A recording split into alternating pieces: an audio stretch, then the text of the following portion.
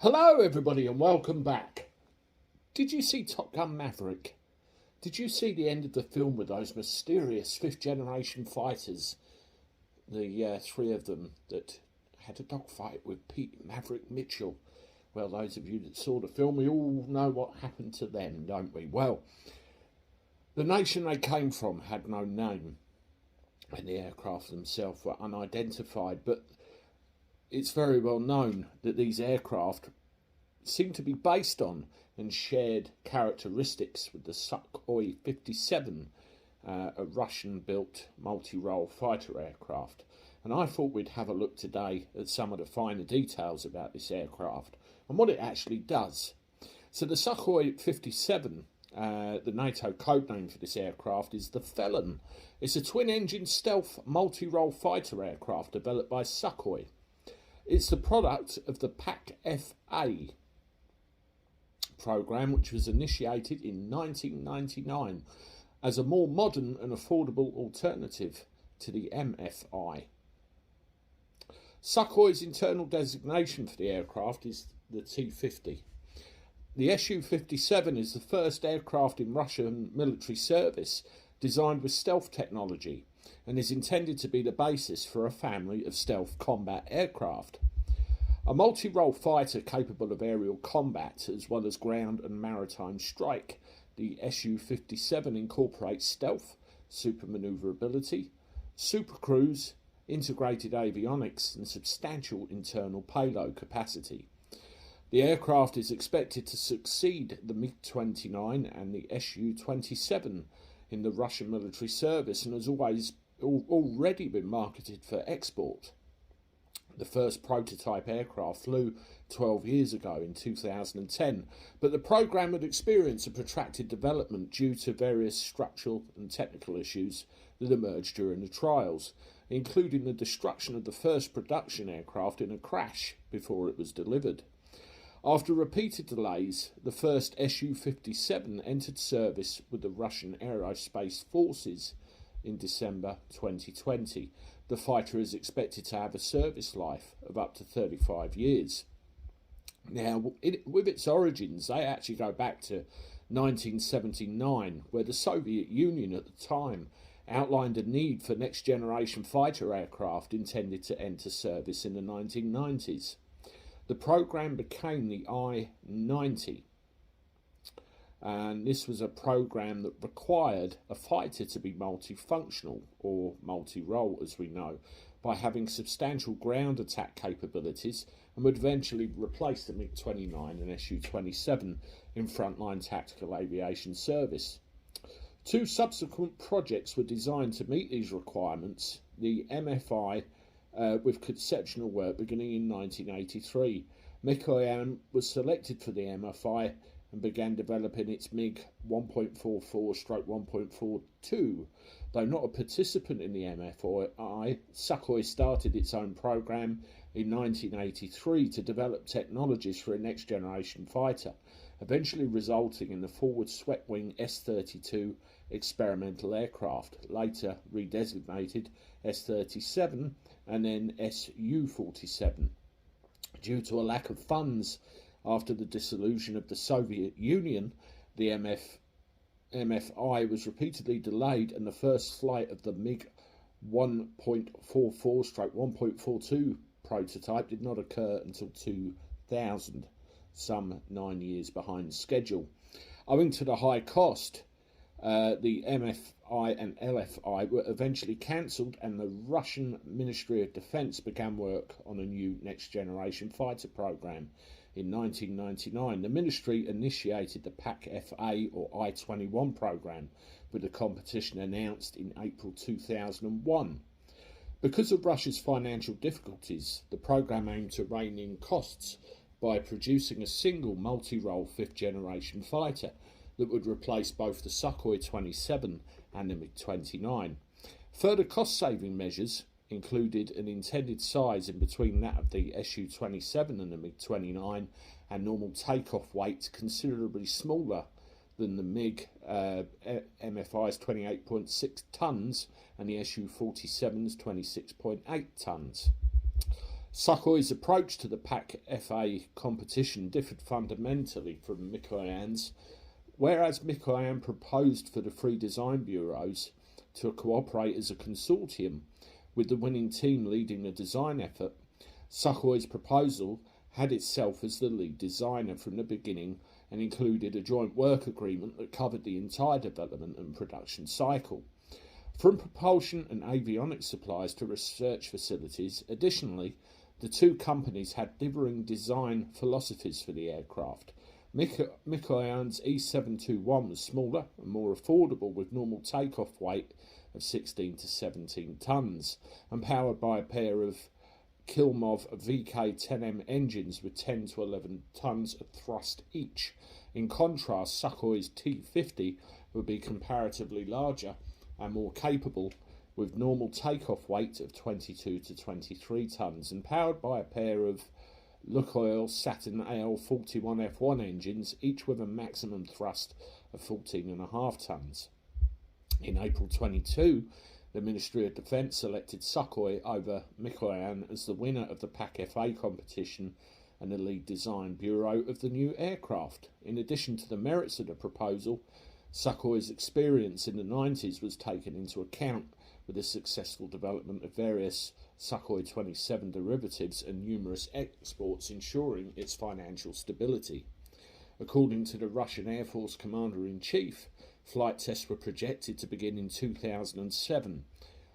Mikoyan continued to develop E-721 as the LMFS at its own expense. The research and development program for the PAK-FA was called Stolitsa. In 2002, Alexander Davydenko, selected as the T-50's chief designer at Sukhoi, would manufacture the new multi-role fighter, with KNAAZ performing final assembly.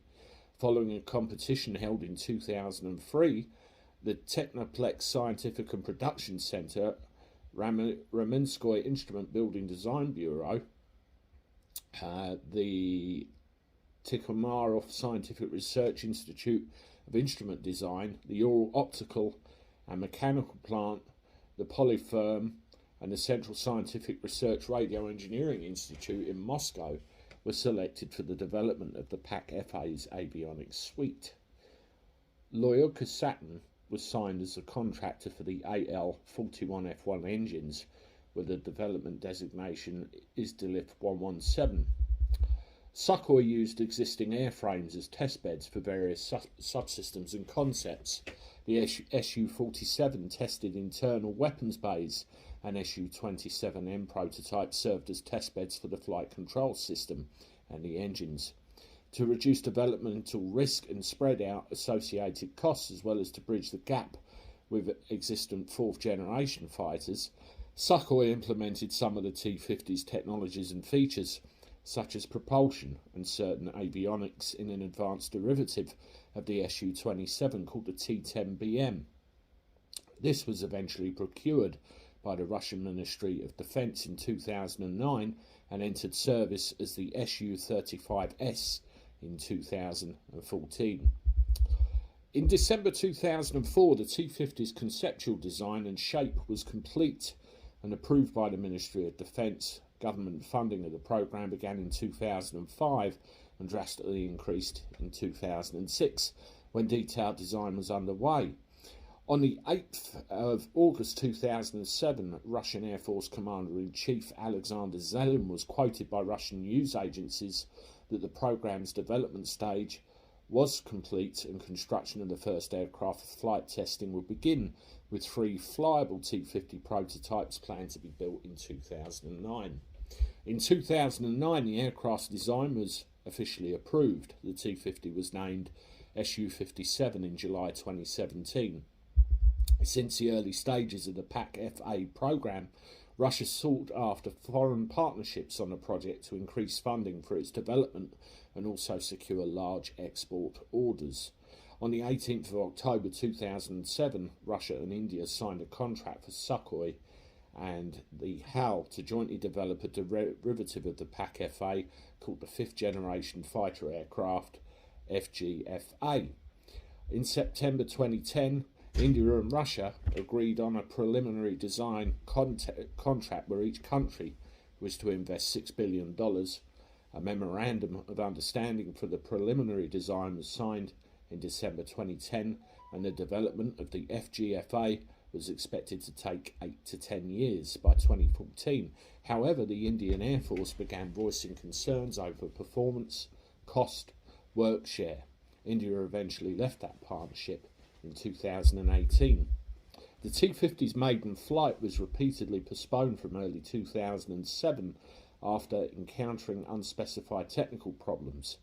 In 2009, Alexander Zelin acknowledged that problems with the engines and in technical research remain unsolved. On February 2009, Sukhoi General Director Mikhail Pogosyan announced that the airframe was almost finished and that the first prototype should be ready by August 2009. On the 20th of August 2009, Pogosyan said that the first flight would be at the year's end. Konstantin Makiyenko, deputy head of the Moscow-based Center for Analysis of Strategies and Technologies, said that even with delays, the aircraft would likely make its first flight by January or February, adding that it would take 5 to 10 years for commercial production. Flight testing was further delayed when Deputy Prime Minister Sergei Ivanov announced in December 2009 that the first flight trials would begin in 2010.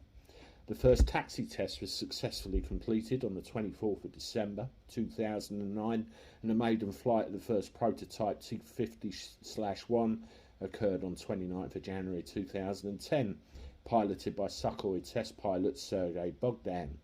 The aircraft's 47-minute maiden flight took place at Zemgy Airport in the Russian Far East. Construction of the prototypes would progress slower than initially planned. By the end of October 2013, the test program had amassed more than 450 flights across 5 aircraft. A total of 10 flying and 3 non-flying T-50 prototypes would be built for preliminary flight tests and state trials. Initially, the program was planned to have up to 6 prototypes before the start of serial production. However, testing would reveal that the initial prototypes did not have adequate fatigue life, with early structural cracks forming in the airframe.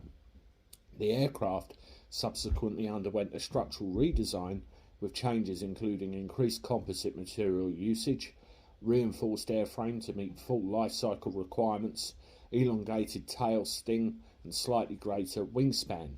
The 6th flyable prototype was the first of the redesigned second stage aircraft, with the 5 initial prototypes consequently considered first stage vehicles and requiring additional structural reinforcements in order to continue flight tests. The last 2 flying prototypes were test articles of production SU-57 aircraft with full mission systems on board. While the second stage structural redesign reduced the weight growth from the required strengthening of the first stage design, the normal takeoff weight still increased to approximately 25 tonnes. Issues and accidents during the testing resulted in repeated delays to the program, with the delivery of the first production aircraft pushed back from 2015 to 2020. The procurement plans for the PAC-FA have been considerably scaled back and delayed. From original plans in 2011, the Ministry of Defence had planned on buying the first 10 aircraft for evaluation after 2012 and 60 production standard aircraft after 2015. These plans were refined under the State Armament Programme from 2011 to 2020, with serial production hoped to begin in 2016. The Ministry of Defence was planning to acquire 52 aircraft by 2020 and another 150 to 160 by 2025. Additionally, export orders for 250 to 300 were expected to begin in 2017. Plans were greatly cut down in 2015 as a result of technical obstacles encountered during testing, India's unclear commitment to the partnership, and Russia's economic downturn due to Western sanctions after its annexation of Crimea and the drop in oil prices. Russian Deputy Minister of Defense Yuri Bonzov stated in 2015 that the Russian Air Force would slow production reduce its initial order to 12 fighters, and operate large fleets of upgraded fourth-generation fighters such as the SU-35S and the SU-30SM in 2017. Borisov stated that the PAK-FA would most likely enter service in 2018 and be part of the new state armament programme from 2018 to 2027. On 30th of June 2018, an order for 12 aircraft was agreed, while deliveries to the Russian Armed Forces was pushed back to 2019, with the first plan to join fighter regiments at the Lipetsk Air Centre. At the same time, Borisov praised the Su-35S, stating that it was comparable to the Su-57 except for the stealth features, while being more affordable. Due to the substantially higher costs of the Su-57 compared to the Su-35S and Su-30SM, the design was placed on hold for mass production until the need arises. On 22nd of August 2018, during the International Military Technical Forum, the Defence Ministry and Sukhoi signed the first contract for delivery of 2 serial Su-57 fighters scheduled for 2019 and 2020 respectively. In January 2019, the Ministry of Defence announced they hoped to conclude a second contract for 13 more aircraft in 2020.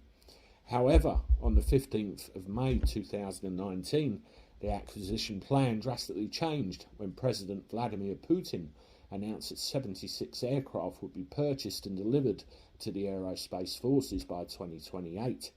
This came after the negotiations were able to lower the price of the Su-57 and equipment by 20%.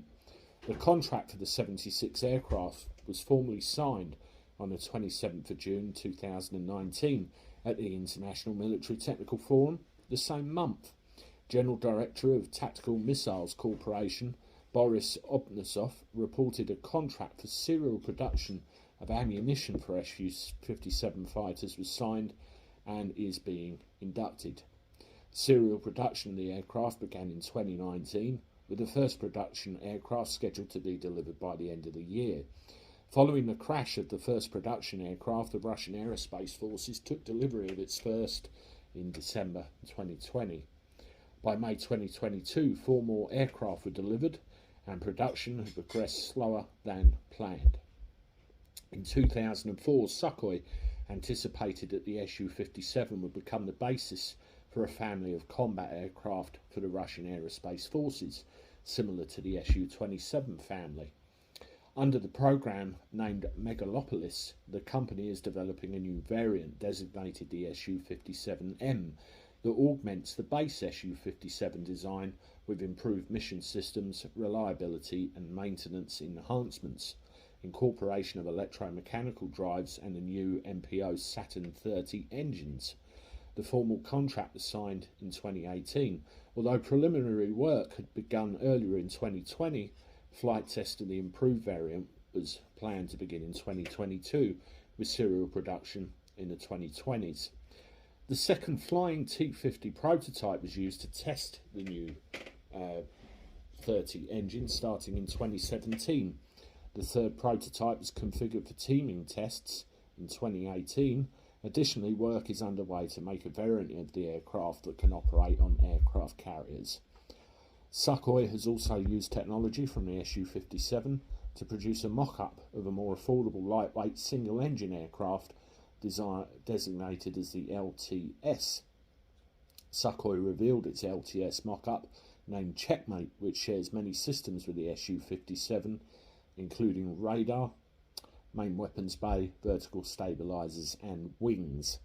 As of 2022, continued Su-57 development could be delayed due to international sanctions on Russia's defence industries, and Russia could not import semiconductors and high-tech machining equipment from the European Union.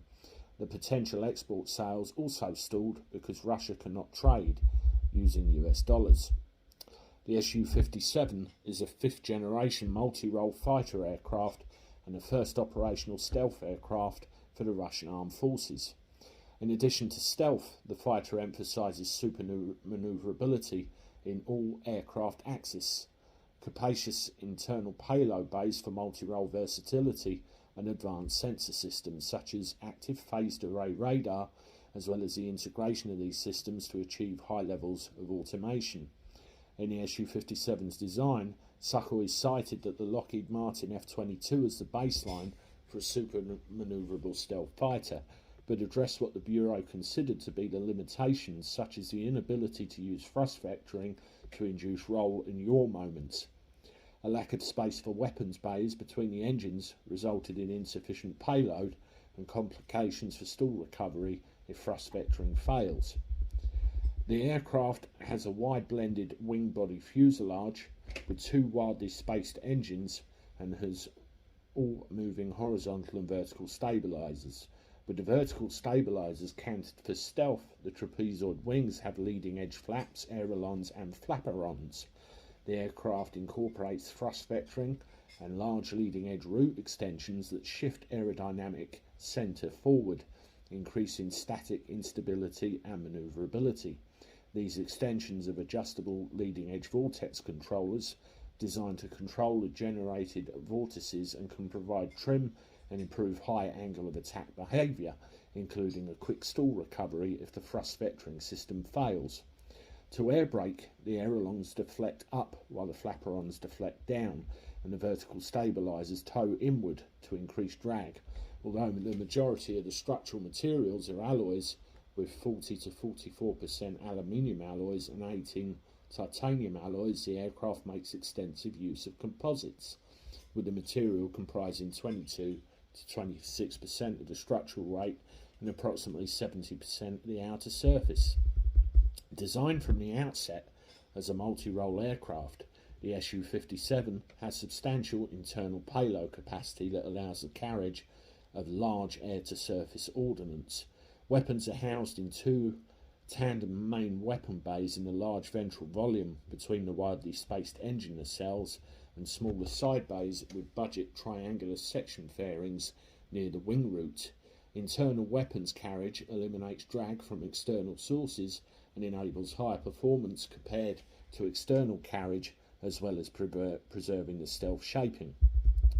The high degree of static instability, advanced KSU-50 flight control system and canted thrust vectoring nozzles makes the SU-57 departure resistant and highly manoeuvrable in both pitch and yaw, enabling the aircraft to perform very high angle of attack manoeuvres such as the Cobra and the Bell manoeuvre, along with doing flat rotations with little altitude loss.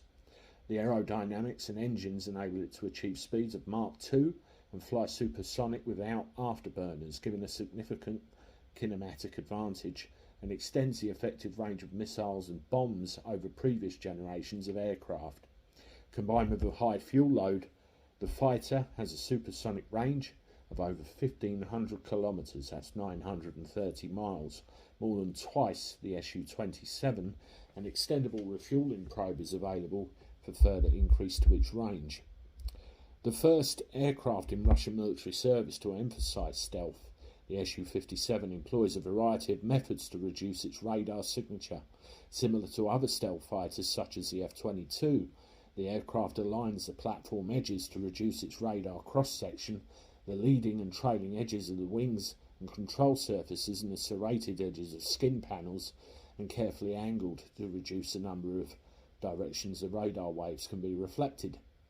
Weapons are carried internally in weapons bays within the airframe, and antennas are recessed from the surface of the skin to preserve the aircraft's stealthy shape, while radar absorbent material coatings absorb radar emissions and reduce the reflections back to the source. The infrared search and track sensor housing is turned backwards when not in use, and its rear is also treated with RAM. To mask the significant RCS contribution of the engine face, the walls of the inlet ducts are coated with RAM, and the partial serpentine ducts obscure most of the engine's compressor face, and inlet guidance varies. The remaining exposed engine faces are masked by a slanted blocker grid placed in front of the IGV at a distance of 0.7 to 1.2 times the diameter of the duct. Similar in principle in the method on the Boeing FA-18, the aircraft canopy is coated with 70 to 90 mm thick metal oxide layers with enhanced radar wave absorbing to minimise the radar return of the cockpit by 30% and protect the pilot from impact of ultraviolet and thermal radiation. The production tolerances are significantly tighter than previous Russian fighters in order to improve stealth characteristics. The Su-57 is powered by a pair of MPO Sukhoi Saturn AL-41F1 augmented turbofans. The engine is a highly improved and uprated variant of the AL-31 and produces 9 tons of dry thrust, 14.5 tons of thrust while in afterburners, and 15 tons of thrust in special emergency power. The engines have full authority digital engine control and are integrated into the flight control system to facilitate manoeuvrability and handling. The AL-41F1 is closely related to the Sukhoi Saturn engine or AL-41F1S used by the Su-35S, with the latter's separate engine control system being the key difference. The aircraft employs thrust vector control, where the vectoring nozzles, rotational axes, are each canted at an angle similar to the nozzle arrangement of the Su-35S. The Su-57 has 2 tandem main internal weapon bays, each approximately 4.4 metres long and 0.9 metres wide, and 2 side weapon bays with triangular section fairings under the fuselage near the wing root. The main bays have 2 types of ejection launchers made by Vimpel for missiles weighing up to 300 kilograms and for ordnance weighing up to 700 kilograms to the side bays using VPU-50 launch rails. For air-to-air combat, the Su-57 carries 4 beyond visual range missiles in its 2 main weapons bays and 2 short-range missiles in the sides. For striking service targets, the aircraft can carry the 250 kilogram precision guided bombs in its main bays and air-to-ground missiles, anti-ship missiles, anti-radiation missiles and cruise missiles. The Su-57 has a glass cockpit with no analogue gauges. Information is displayed on 2 38cm main multifunction LCD displays similar to the arrangement of the Su-35S. Supplementing the primary display is a smaller multifunctional display and digital control system. The cockpit has a wide angle heads-up display. Primary controls are the joystick and a pair of throttles, with all major functions controlled with hands on throttle and stick. The aircraft uses a 2-piece canopy with the aft section sliding forward and locking in place, and the canopy is treated with special coating to reduce its radar signature.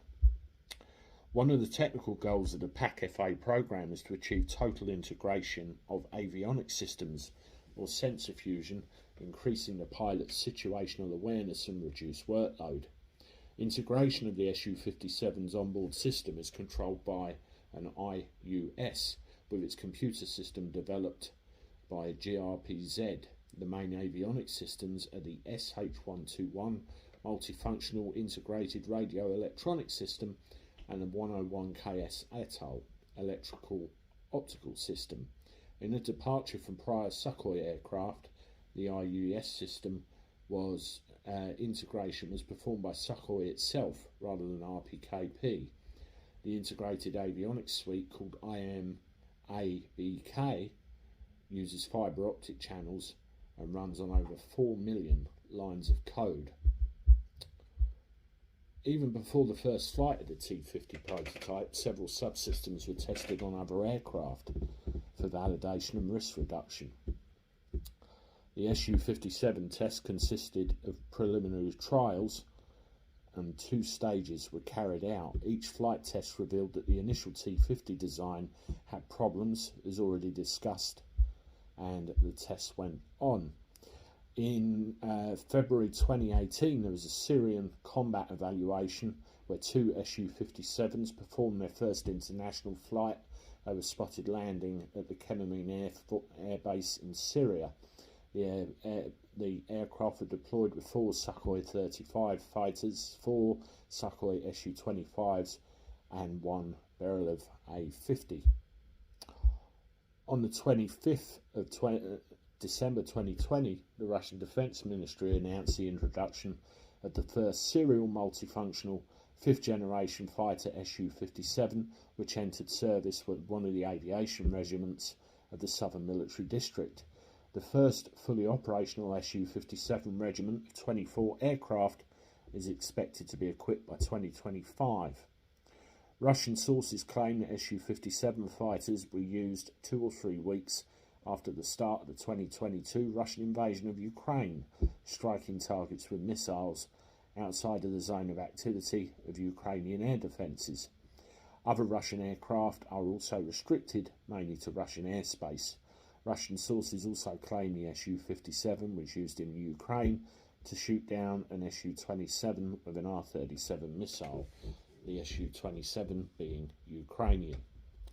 Well, that about does it for another video, folks. Thank you very much for listening. So much information and so much technical spec on that aircraft. Certainly is very, very advanced. Please, as always, subscribe to the channel, share this content around, hit the like button, and please leave a comment. Till the next one, see you when I do. Bye-bye.